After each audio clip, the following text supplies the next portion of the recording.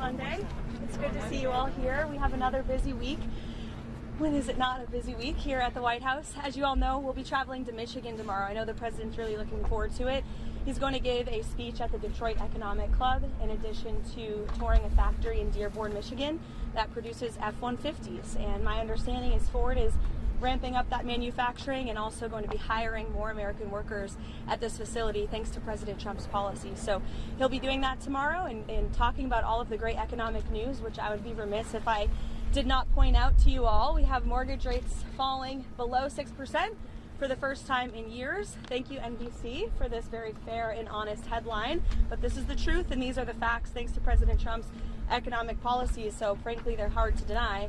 And then again, we have the Washington Examiner out this morning with gas prices. The national average has fallen to $2.79 per gallon for the first time in nearly 5 years. So these were two of the biggest pain points for the American people, as you all know, under the previous administration. Gas prices, mortgage rates, interest rates, all things that this administration is committed to seeing fall. In addition to prices, we know core inflation is at its lowest point as it has been in 5 years. And so these economic policies are really coming into fruition now that we're in 2026. And we'll be seeing more tax cuts into the pockets of the American people later this spring as well. So it's all good news on the economic front, and I know the president looks forward to talking about that tomorrow in Michigan. I'll take some of your questions today. Does the president think that the Fed chair should be in jail? Thank you so much, Caroline.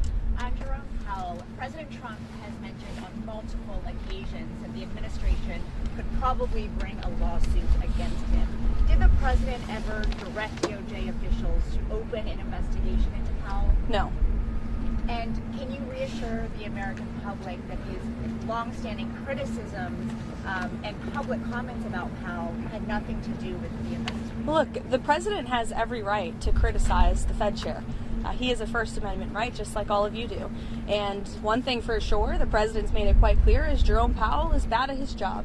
As for whether or not Jerome Powell is a criminal, that's an answer the Department of Justice is going to have to find out, and it looks like they intend to find that out. Caroline, thank you. Two more questions on the Fed for you. Senator Tillis is promising to hold up all Fed nominees until this legal matter with Jerome Powell is resolved. What does the president make of that? I haven't spoken to the president about Senator Tillis' comments. I'll leave that to our legislative affairs shop to figure out, and I'll let the president speak on that himself. Caroline,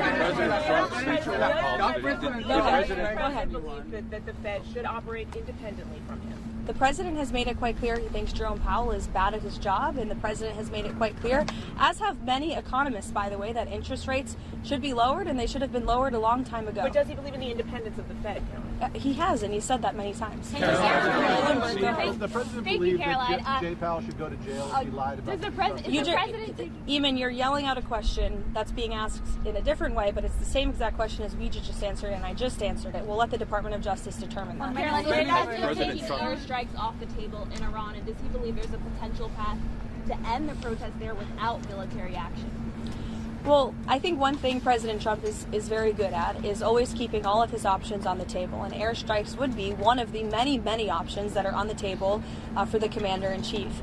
Diplomacy is always the first option for the president. He's told all of you last night that what you're hearing publicly from the Iranian regime is quite differently from the messages the administration is receiving privately, and I think the president has an interest in exploring those messages. However, with that said, the president has shown he's unafraid to use military options if and when he deems necessary, and nobody knows that better than Iran. Go ahead, Jim. Steve Witkoff talking to the Iranians at the moment. I understand that Steve Witkoff will continue to be a very important player in diplomacy with respect to Iran. Trump has confidence in Delcy Rodriguez?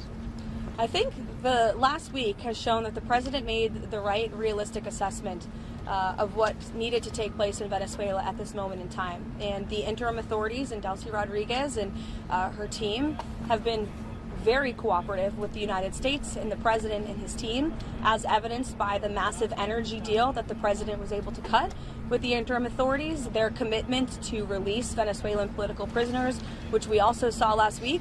So we've seen a great level of cooperation, and the president expects that to continue. Go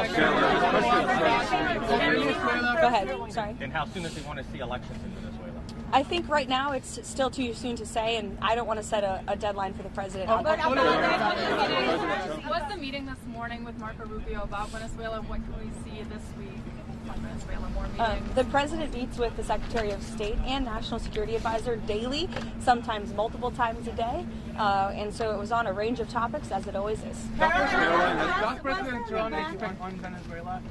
What practical steps would the White House like to see the interim authorities take to stop Iran and Hezbollah from operating in the country, and have those authorities done anything on that yet?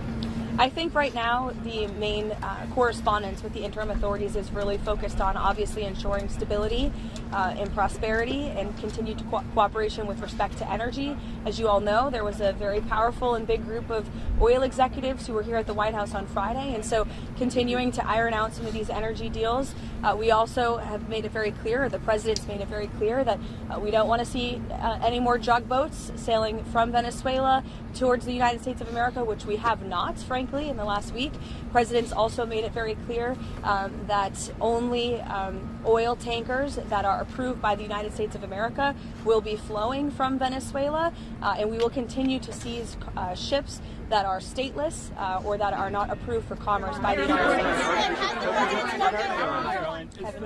Back to Iran, is the objective in these discussions with Iran still complete denuclearization, or what else is the president looking for as he, engages in these discussions? Well, he's made it quite clear he certainly doesn't want to see people being killed in the streets of Tehran, and unfortunately that's something we're seeing right now. Caroline, has White House spoken with Iranian officials? I'll get to you, don't worry. Has White House spoken with Iranian officials today, and has President Trump spoken with Elon Musk about the internet situation there as well? I understand he has spoken to Elon about that, yes. He talked to all of you about that on the plane last night. What was your first question, Kelly? Has White House spoken with Iranian officials today? Could you give any updates on those conversations? I haven't spoken with Mr. Witkoff today about that, but we can certainly get you an answer. Archbishop Coakley is here. President Yes, Trump is meeting with Archbishop Coakley. It's of great interest to you, I'm sure. Absolutely, and they may be speaking as we're speaking. Can you give us a preview of what they'll be talking about, or will there be a readout as well after they're done of what they discuss? I can see if the president will provide you a readout. How's that? Yep, sounds good. And also, President Trump, has he seen the video put out by Jerome Powell on Sunday? And if so, what's his reaction? That video was put out after I was with the president when Air Force One landed last night, I believe. So I was no longer with him when that video came out. I don't know if he's seen it. Does the president have a dateline or a timeline? No, he has not set a timeline, but it's definitely a priority for him.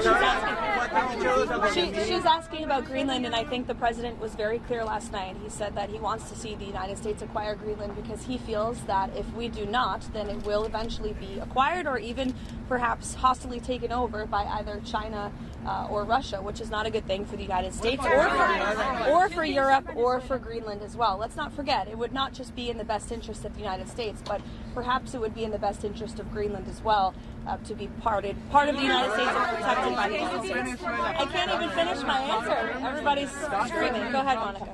What did the president mean though last night when he said that Iran had called to negotiate and that there may be a meeting that is set up?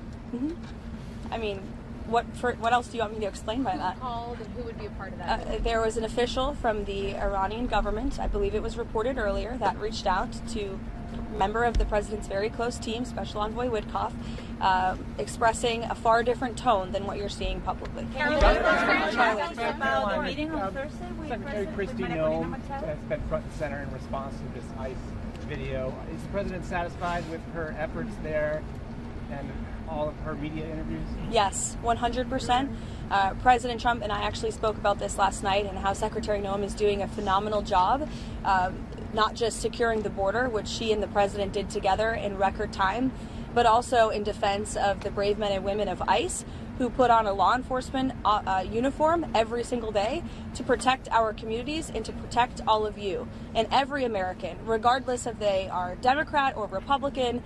ICE is doing a very important job to remove illegal alien criminals from our communities. And I think it's very striking that all weekend long, you had agitators and violent American citizens out in the streets of Minneapolis protesting. Protesting what exactly? Apparently they are protesting the removal of heinous murderers and rapists and criminals from a city that I can guarantee you, when you look at the list of the illegal criminals that ICE is removing from our communities every day, not a single person in those protests and not a single person standing here that works in the mainstream media in Washington, D.C. would want those individuals in your neighborhood, in your community, around your children and around your families. ICE is doing an incredibly important job that's not just important to our homeland security, but our national security. And this administration will continue to stand wholeheartedly by the brave men and women of ICE, including that officer in Minneapolis who was absolutely justified in using self-defense against a lunatic who was part of a group, an organized group, to interject and to impede on law enforcement operations. And it's disgusting what we have seen from the left. And I think that it just shows you where the modern day Democrat Party stands today in protecting illegal alien pedophiles and rapists and murderers over law-abiding American citizens and our brave men and women who serve in law enforcement.